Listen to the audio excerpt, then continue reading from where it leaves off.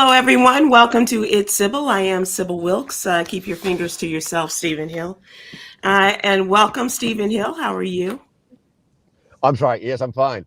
You're driving, aren't you? No, I'm not driving. I'm riding with the hottest Uber driver once again ever on the history of the planet. Oh, we have a hot Uber driver. Yeah. So when you say keep your fingers to yourself, I'm like, really? You must not know who's over there. All right, I'll leave it alone. Okay. Hello, Myra J. How are you? I'm doing great, fantastic, absolutely wonderful. Good. And young Kwyn, how are you? I'm doing good. I'm kind of tired, but I'm here. It's been a long week. It has been a long week for me too. Yeah, absolutely. Well, I'm glad everybody is good. Any road trips, anything going on? Yes. There's a 24-hour from LA to New York and back to LA to see a soccer game, and Jaden had a soccer game. So that's it. Your young ward, Jaden. What position does he play? He plays striker. He doesn't want to play striker. He wants to play defense. Most people like playing striker. Yeah. He wants to defend. So I appreciate that. Interesting. He's a defender. He is indeed. That's cool. Of many things, most of all his privacy and independence. Well, as a 17-year-old young man, you would expect that, wouldn't you? Absolutely. Kwyn, how's school going? It's going good. This week was also, Indigenous Peoples Day and National Coming Out Day. So we've had like a whole roster of events. And I also taught last night for DePaul University on the term hip hop feminist by Dr. Joan. I think her name was Joan Crawford. She coined the term. And so we're talking about hood feminism from Mickey Candle, and also feminist AF from like Rihanna, Brittany Cooper and everything else like that. So we said the word pussy a lot last night, and all the guys were so uncomfortable. And that's what feminism is about, folks. That's what feminism is. Well, if that's what it's about, I'm uncomfortable too. So I'm not so crazy about using the P word. That's it myself. And it's also about no more wire hangers. Speaking of Joan Crawford. Yeah, I had to go a long way to get that one. I went a long way to get that one.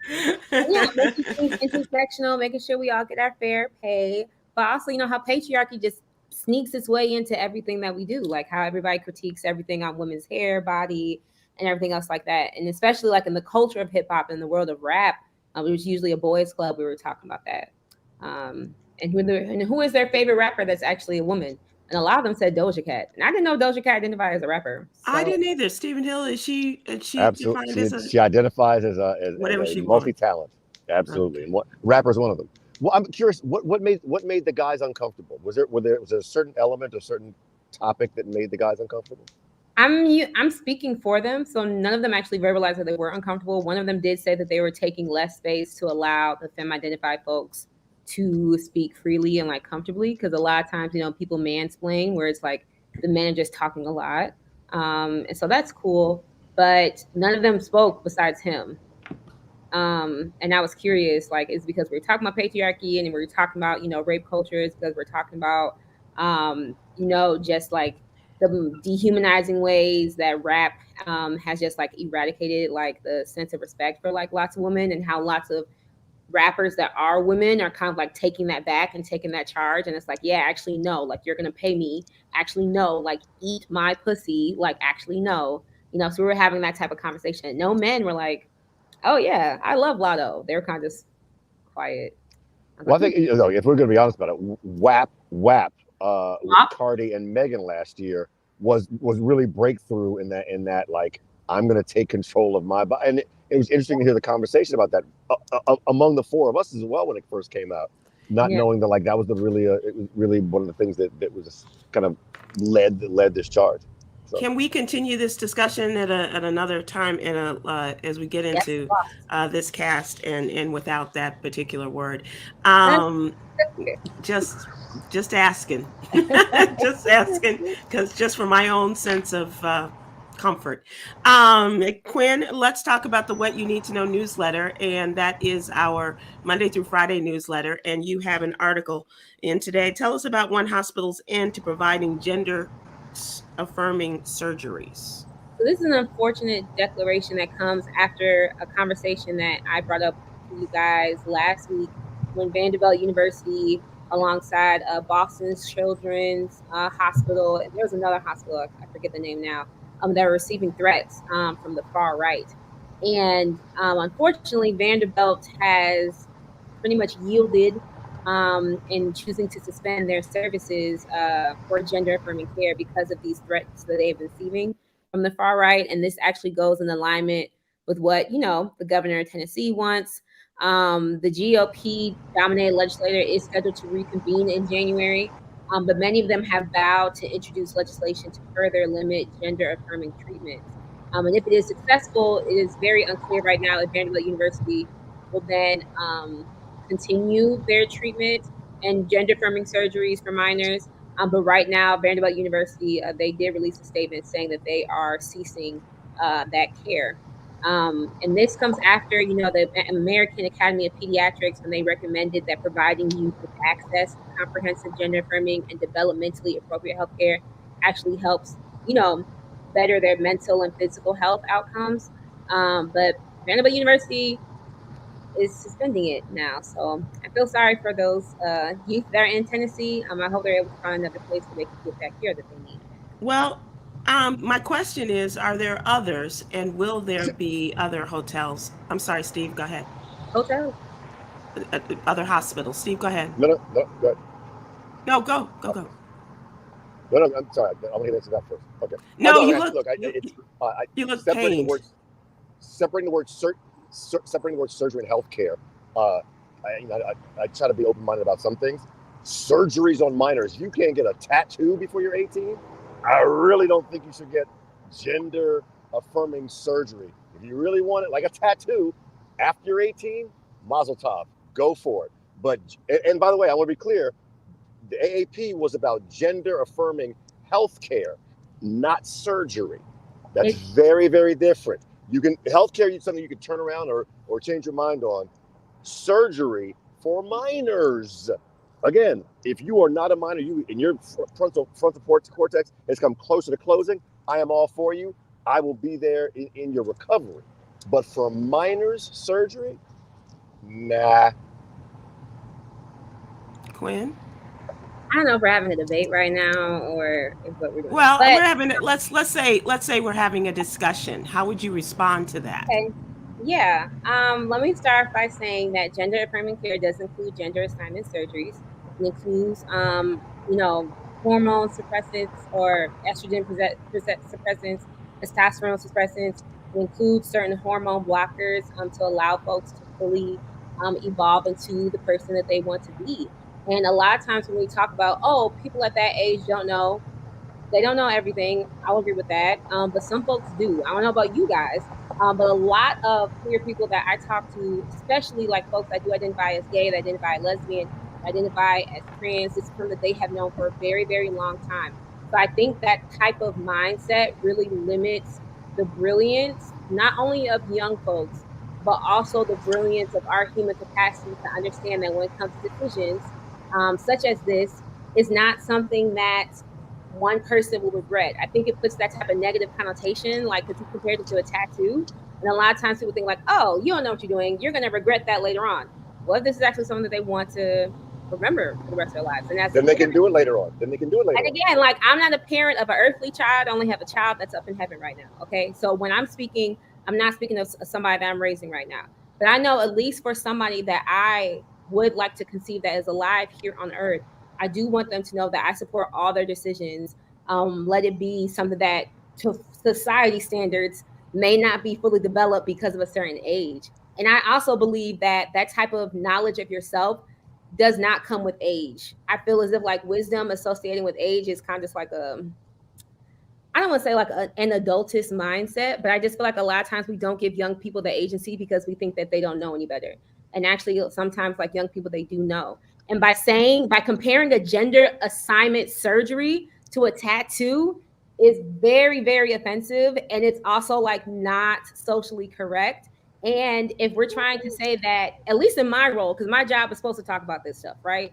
If I'm going to feel comfortable to keep talking about this stuff, then I'm going to need y'all to actually know like what it is that we're doing. Because we can't keep reducing it to these type of like an ink tattoo on your skin.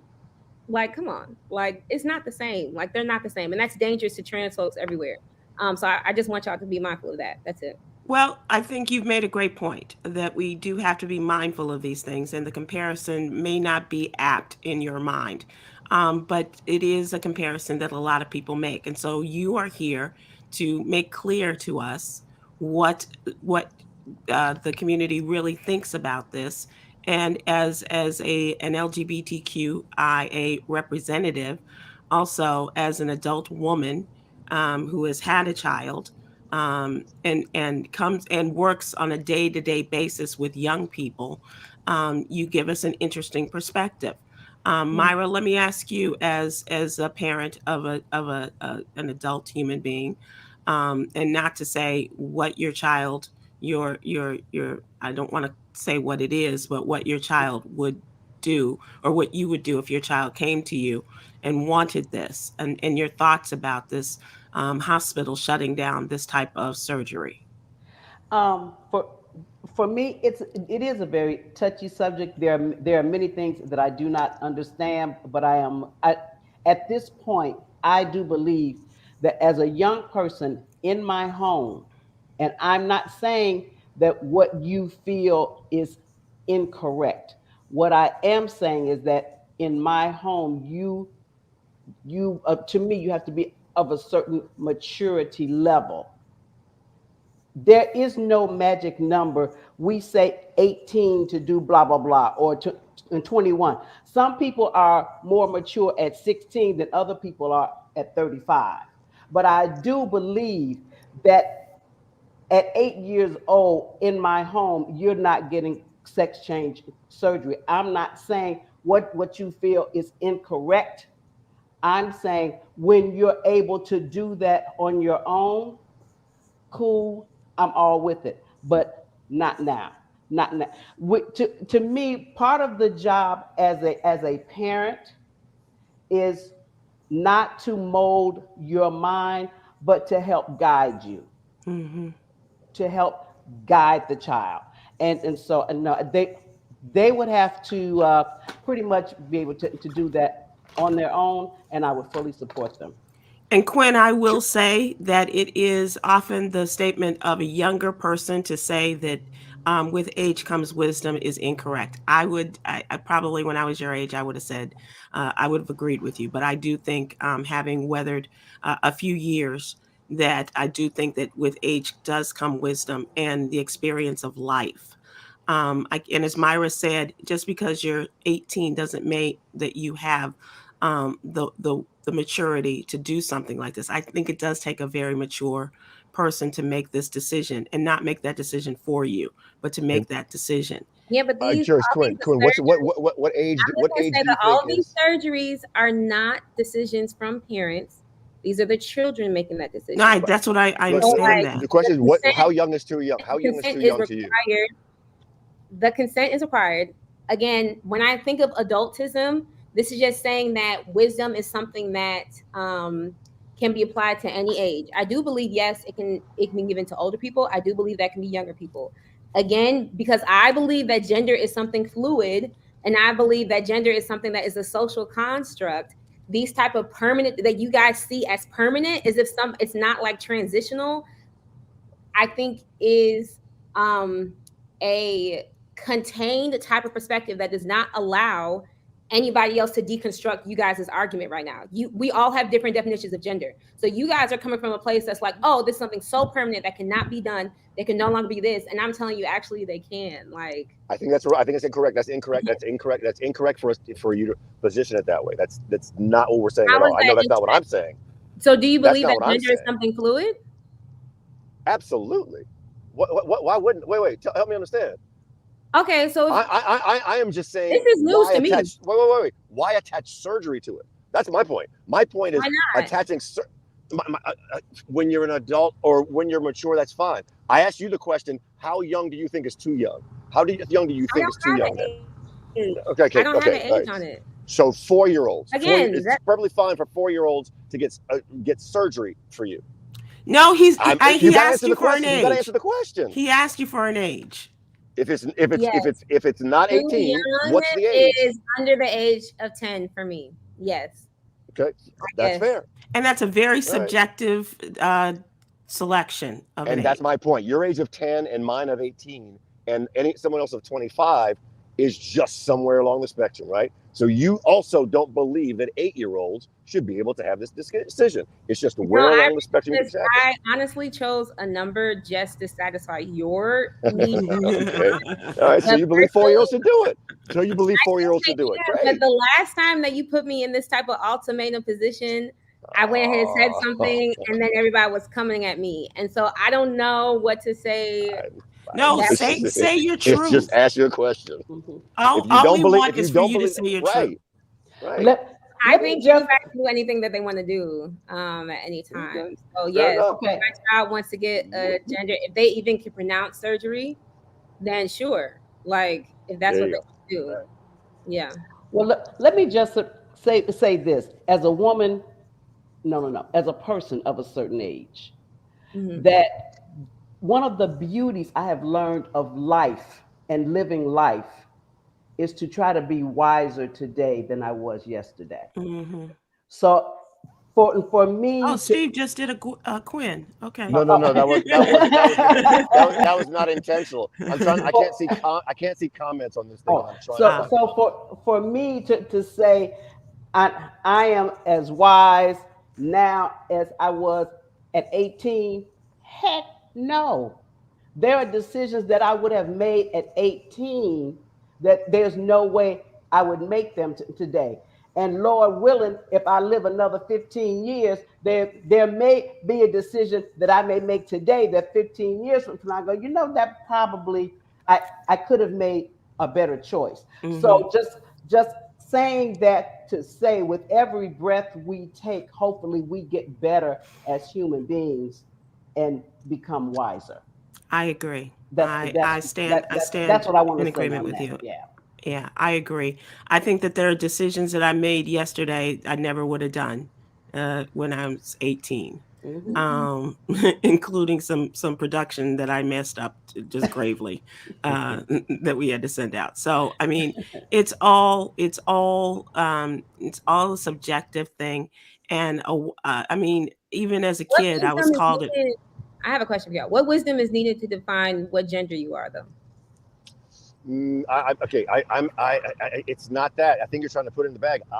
It's really around surgery. I'm just trying to get a better sense. Why does let me do this differently. Why does surgery, if gender is fluid, why does surgery need to be attached? A question. You're responding with the question. That's interesting. Okay, I'll answer the question. Gender is fluid. I'll answer the question. If gender is fluid, why does it require surgery? Because that's what people want. And people deserve to actually go ahead and get what it is they want so they feel physically and mentally, developmentally evolved in the person they want to be. Just period. Okay. Period. If they want to get a hysterectomy, if they want to go ahead and shave their nuts off. Nobody wants to get a hysterectomy. Like, I'm just naming parts of this 4-hour procedure that's included in that. So I asked you guys what wisdom is needed if all of you, because Stephen said that he believes gender is fluid. If all of you guys are saying gender is fluid, then what wisdom is needed for a gender assignment surgery? Like what wisdom? I think it's a look to your future and having had some life experiences, Kwyn, that lead you to making decisions about your future and looking at other people and making some comparisons. But I think that is a part of the wisdom part. When I was a kid, I was called an old soul. But even then, compared to where I am now, I was a kid. And I'm sorry, Myra, go ahead. Oh, I'm not even sure about the fluidity thing. I'm not sure of the definition of it, to be honest. But I will say, yes, there are certain things that are similar, but there are certain things that are different. That's why it's two of us. It's two of us. It's male and it's female. Otherwise, we just be giblies. Just everybody's born a gibli. Period. We just call it, just the whole earth is just full of giblies walking around with 2 legs. No, there are two of us because there are differences.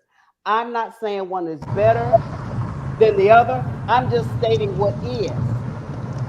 So, Period. Kwyn, I've been asked to give you a comparison of a decision that I made. It is not the same, so don't try to, it's apples and oranges here. But let me just share with you that 6 months before my college graduation, I came home and I told my mother I was tired and I wanted to stop school and I wanted to become a bartender. That's something I've always wanted to do. And my mother said, "That's fine."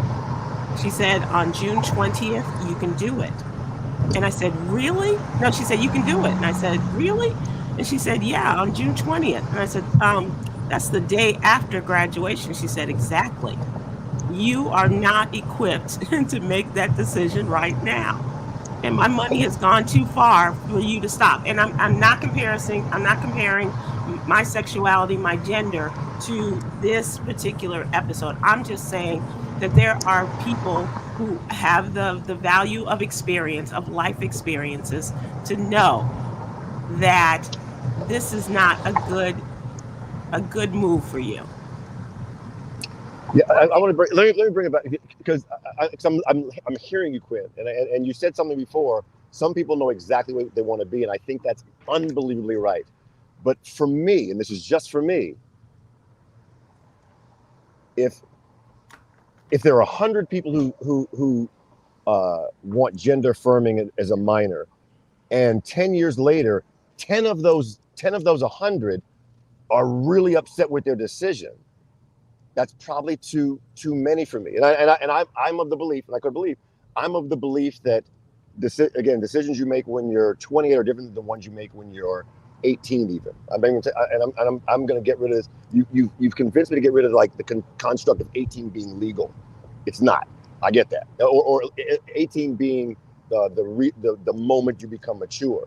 But there is a path along where that prefrontal cortex hasn't closed, where your brain's a little more mushy than when it becomes that later. So it's just a matter of how many people are you willing to perhaps have the surgery and then go down the line and regret it. 90% may be very happy.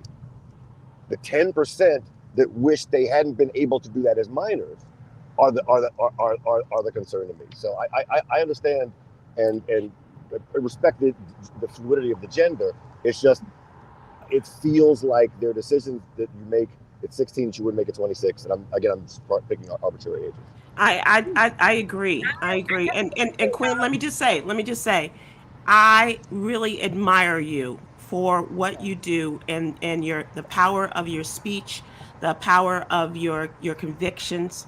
And I want to thank you for being bold enough and strong enough to share that and to take our comments and condense all of that in a very short period of time live on this particular platform.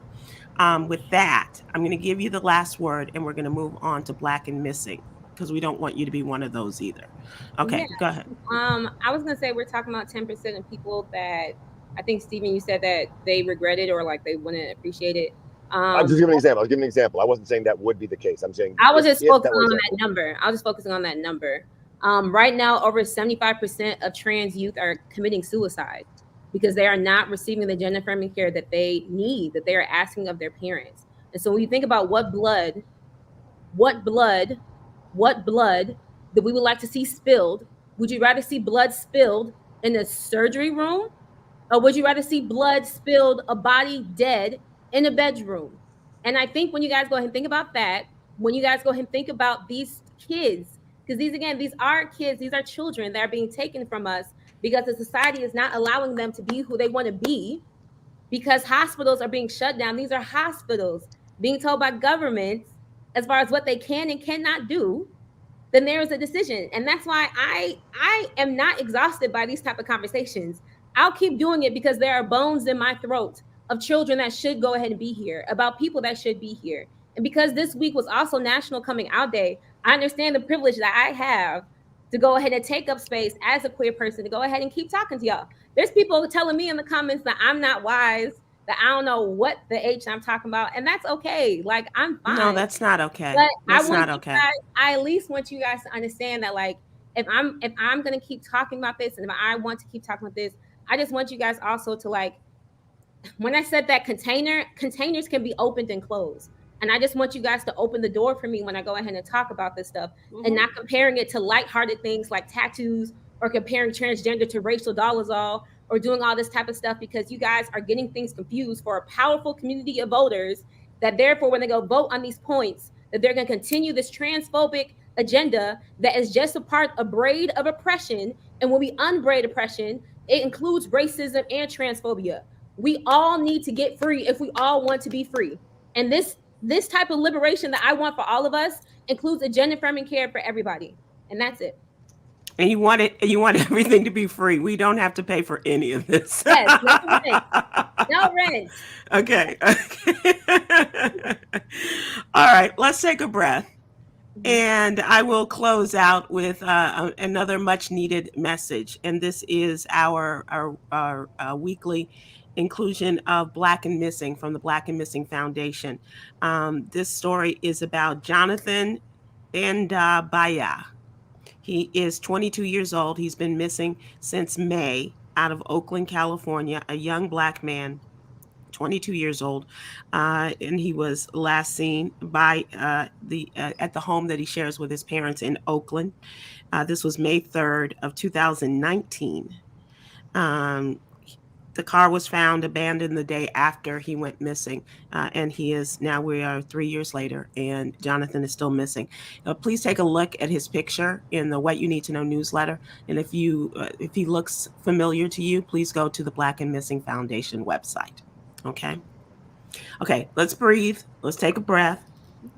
And let's go to our question of the day. I'm sorry, Kwyn. It's about your favorite tattoo. I'm sorry. No, I'm kidding. Oh, okay. It has nothing to do with tattoos. I'm kidding. But it is a lighthearted song, a lighthearted question. And for our College of Musical Knowledge, Stephen Hill, our question of the day, one of our most recent national days was National Get Funky Day. So my question is, what is your favorite funk song? Kwyn, you can still address this. And we got a whole list of songs for you to choose from. Are you a One Nation Under a Groove fan? This was a way National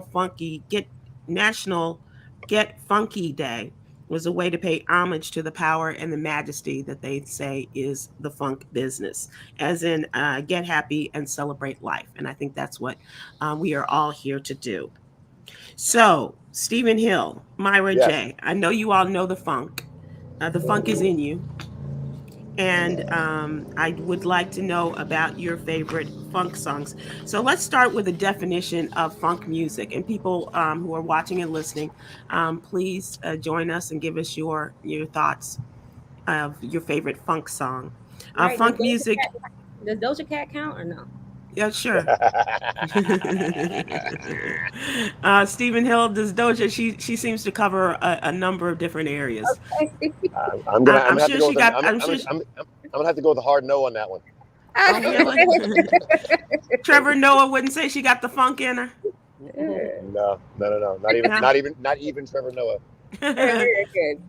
So funk music is a style of what they describe as dance music that evolved from Black, R&B, soul, and jazz in the mid-60s, characterized by that funky, syncopated bass lines and steady, infectious drum grooves, which drove it to become one of the most popular genres in the 70s and the 80s. Funk artists like James Brown and George Clinton, a Parliament Funkadelic, inspired many musicians. And of course, we go to the land of funk, where our friend J. Anthony Brown was over the weekend, Myra. The land of funk, Dayton, Ohio.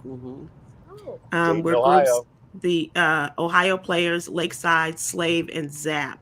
And it was a hotbed of funk bands back in the day. A new museum.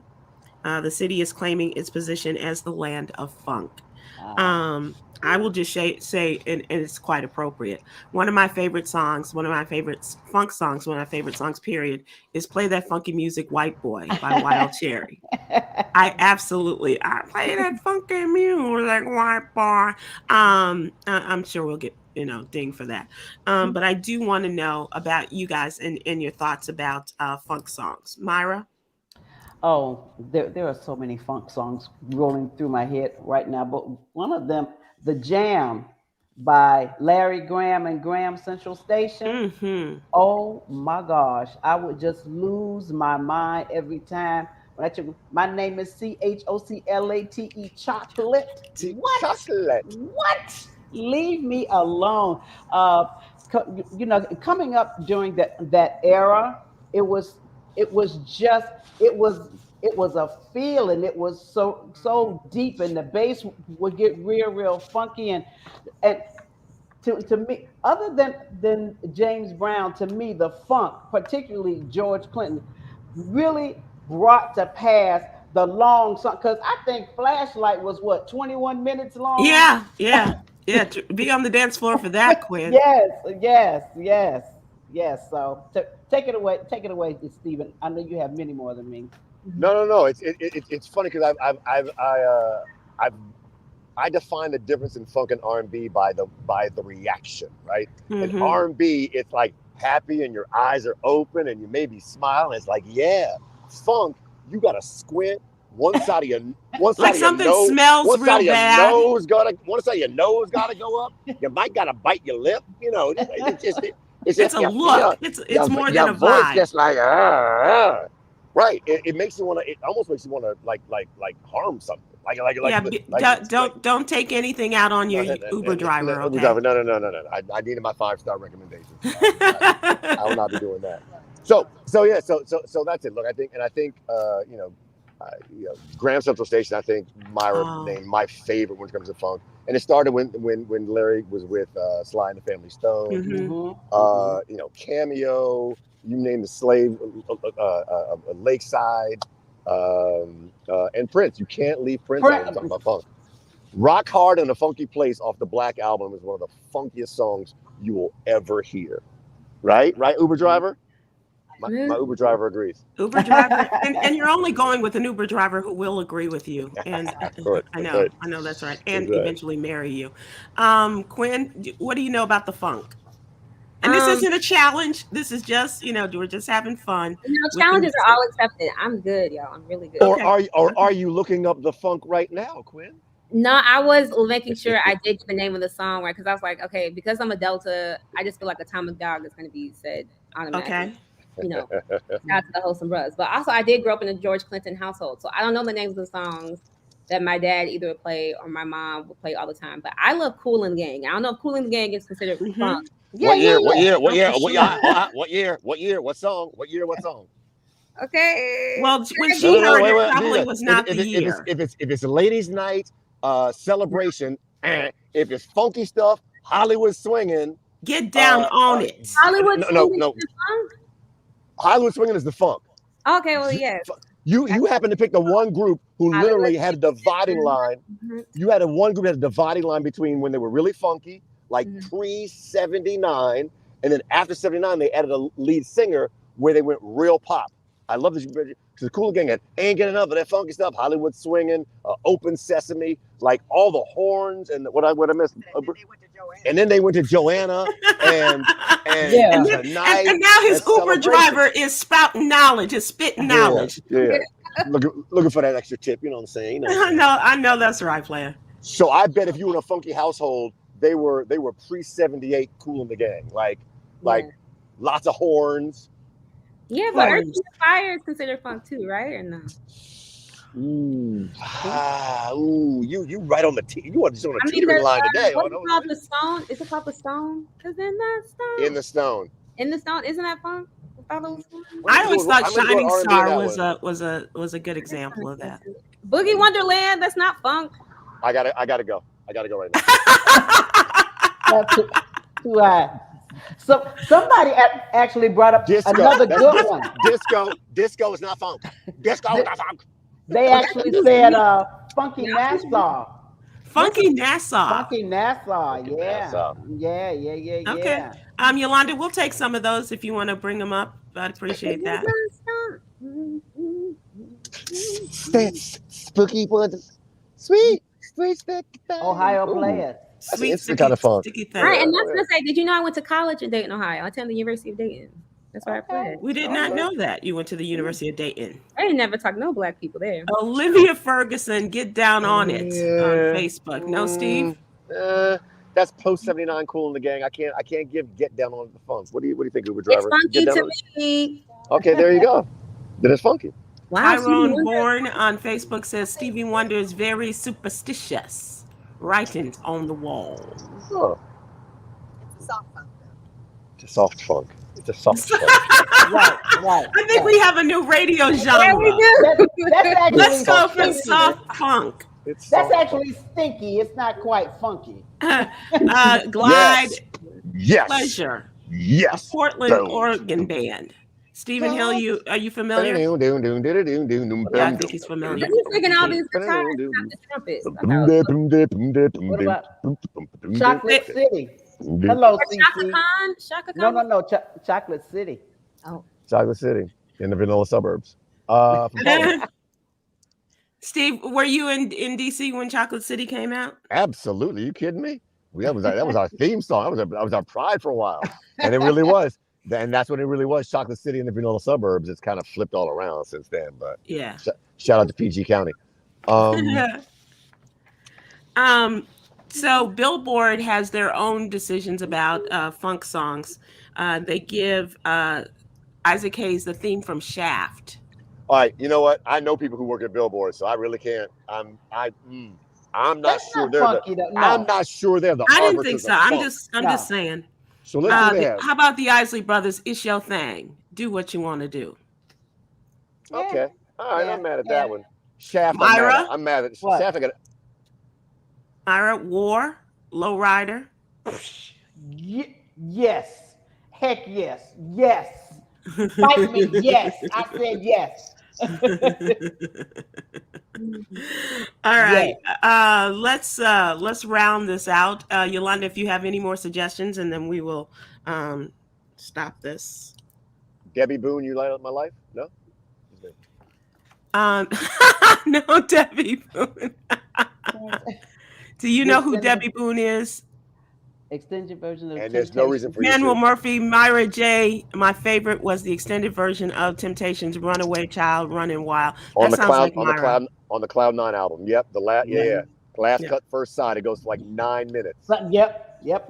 Dope. Okay, we have run out of time for this particular segment. I thank you all for participating. Kwyn, I thank you for playing our little music College of Musical Knowledge game. It is now time for us to move to trending topics. Can I make one request? Because I feel that Kwyn, one of these weeks you should come in like, hey, here's a topic I want to do that's going to leave all three of you out, and then you I just think go we in. had that. LOL. LOL. No, I'm serious. No, All right, let's talk about what's going on in the world just today. Myra J., tell us where you're going. George Wallace was on with us yesterday and talked a little bit about the upcoming weekend. You're going to one of my new favorite towns. That's Huntsville, Alabama. Really? Huntsville, Alabama, Friday, Saturday, and Sunday. Yes. Janthony Brown, George Wallace, and myself will be performing. And then November 4th and 5th, we're going to be in DC at the Improv. Nice. And I think on the 29th of October, J. Anthony Brown and friends, and I am a friend, I think we'll be in Fort Wayne, Indiana. I've never been to Fort Wayne. I'm looking forward to Oh, we have. Yeah. We have? Well, I think we have. I remember going to Fort Wayne. Okay. Home of WOWO radio. Exactly. Whoa. WOWO. Okay, cool. Yeah, Cool. Stephen Hill, where's your Yes. Uber driver going to be appearing soon? At our wedding. That's the next big appearance is at our wedding. And Oh, that Uber is driver? that's soon, man. I looked at It my is. calendar today and I was like, oh my Coming up. gosh. It's coming up soon. It's coming up. It's Private. private gig, she said. Very private. Save the cake. You have to save the cake for like years, don't you? Put it in the Yeah, yes. You're supposed to save the top of the cake for 1 year. Do we have a top of the cake? I don't No, I don't think we so. have a top of the cake. that's probably where I went wrong. Because it's a pie. I was like, well, we I may as think well that's just just eat this the little muffin right here. Kwyn, where are you appearing next? Yeah, so I'm gonna be in DC this weekend. I have a show on Sunday evening, the 16th. And great news. This is the first time I'm announcing it. I was going to wait, but I can't wait.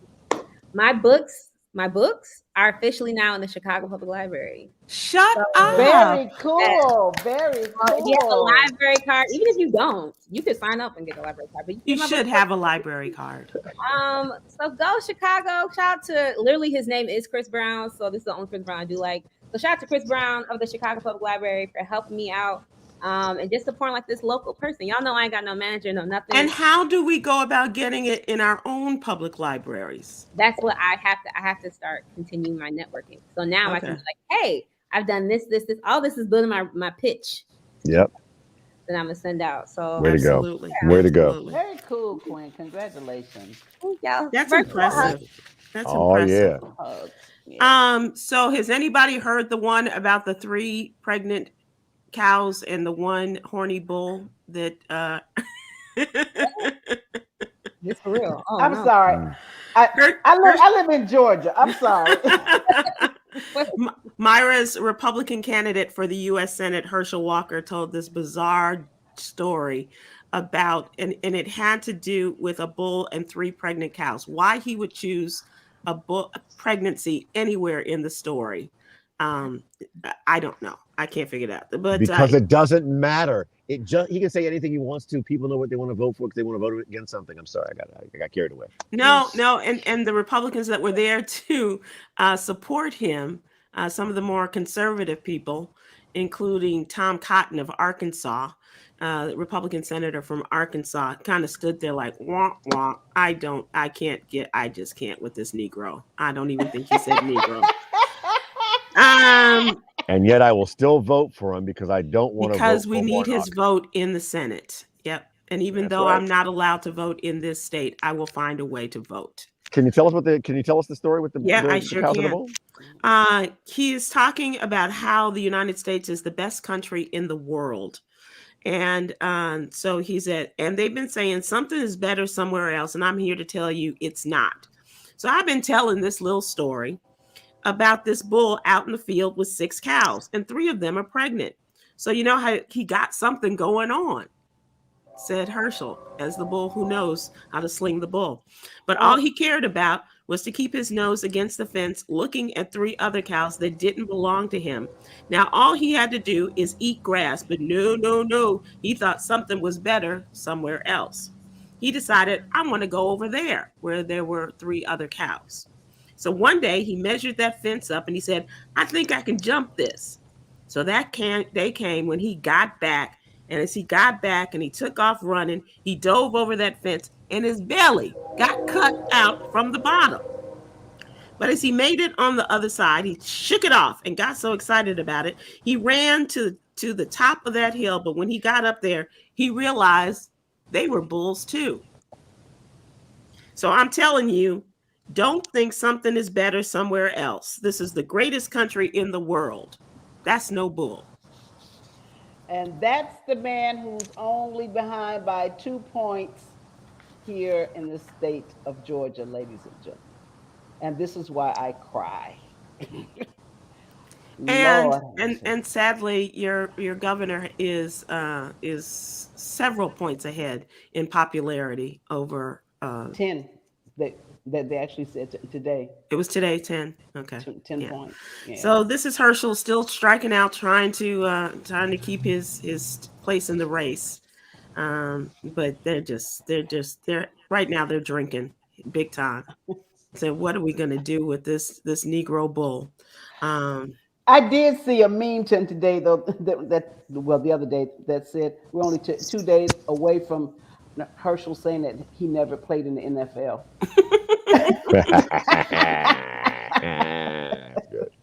That's good.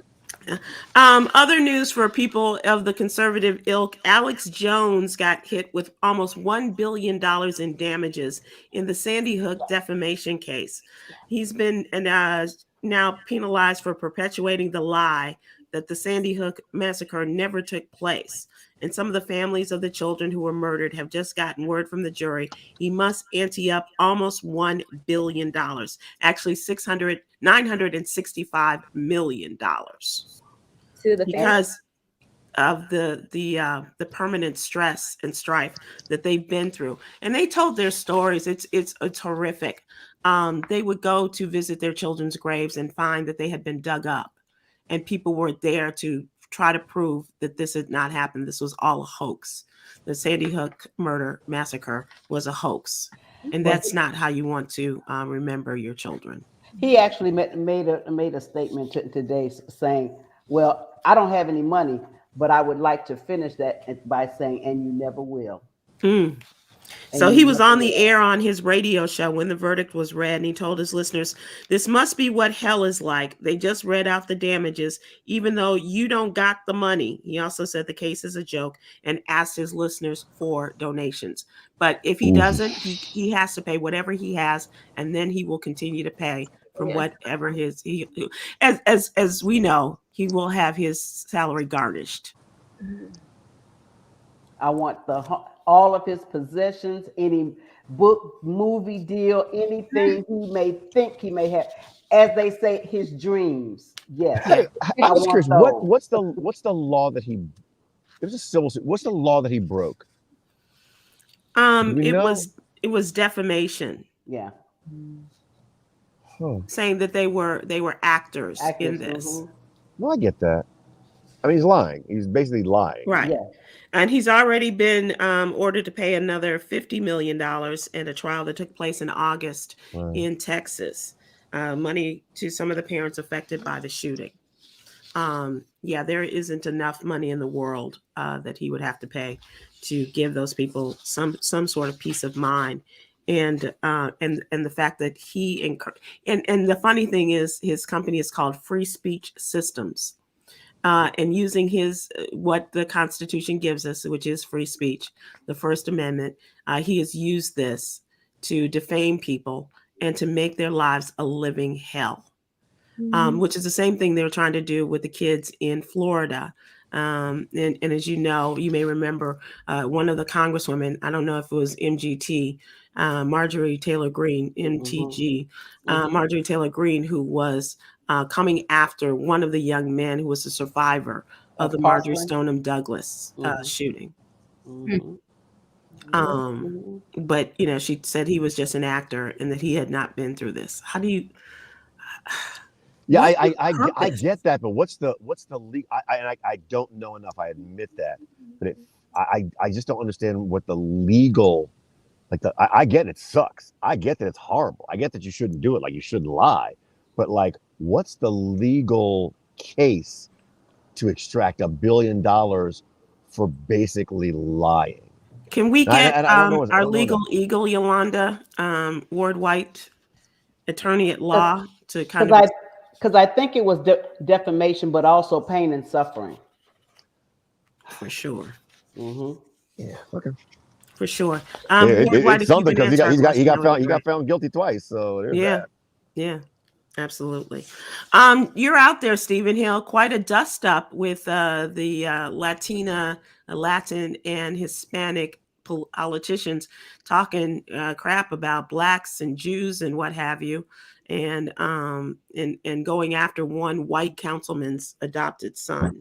Yeah, it's the LA City Council, which there was audio leaked. I don't even know how it was recorded of someone referring to another. Evidently, one of the other council members who is not black is raising a black child, and referred to that child in Spanish as a monkey, and said other things like that child doesn't behave. Just give me a minute to take it around the corner. I'll return him. So Nuri Martinez is the woman who was the president of the city council. She resigned that position, and now she has resigned her position as a member of the city council.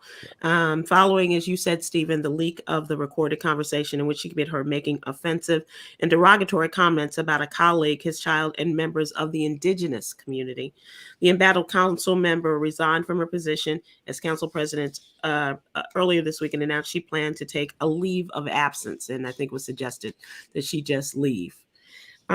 This comes after the public pressure from her constituents. Also, the head of one of the biggest labor groups also resigned. He was in on the conversation, was heard as a part of this conversation. And they said that she could be heard making derisive and racist comments about the child of Mike Bonin, the council member representing the 11th district. And of course, this is like a real attorney. Ward White doesn't have all the facts of the case, so maybe we'll get him to participate at another time. So it was hard to see this man who loves his child and hear these comments that people made comparing him, calling him in Spanish little monkey. That's why I don't like monkeys. I don't like anything to do with monkeys. I don't like to monkey around. I don't like monkey bars. I don't like anything in which monkeys are used, and especially used in terms of Black folks. Sorry. Smokey Robinson had a dance a little while back that I thought was kind of cool, Mickey's Monkey, but that's not here nor there. I'm telling you, I don't like monkeys. I just I never liked the movies. This story really hurt me because I lived in Los Angeles for 25 years. I loved LA. I still love LA, and I used to get into heated discussions, let's say, with Black people regarding Latinos because and they're coming over here and they're taking and I'm like, we're both after the same thing. We're both oppressed. If we could unite rather than fighting one another, what a strong force we could be. And so to hear this, this stuff's still going on. It really hurts me. It really does. As we close out, I do want to leave you all with our Yogi's Jewel today. And I think this speaks to our conversation as well as how we would all like to be treated and to treat others. The jewel today is be a part of humanity and stand up for what is right, young Kwyn. So inhale justice and exhale oppression.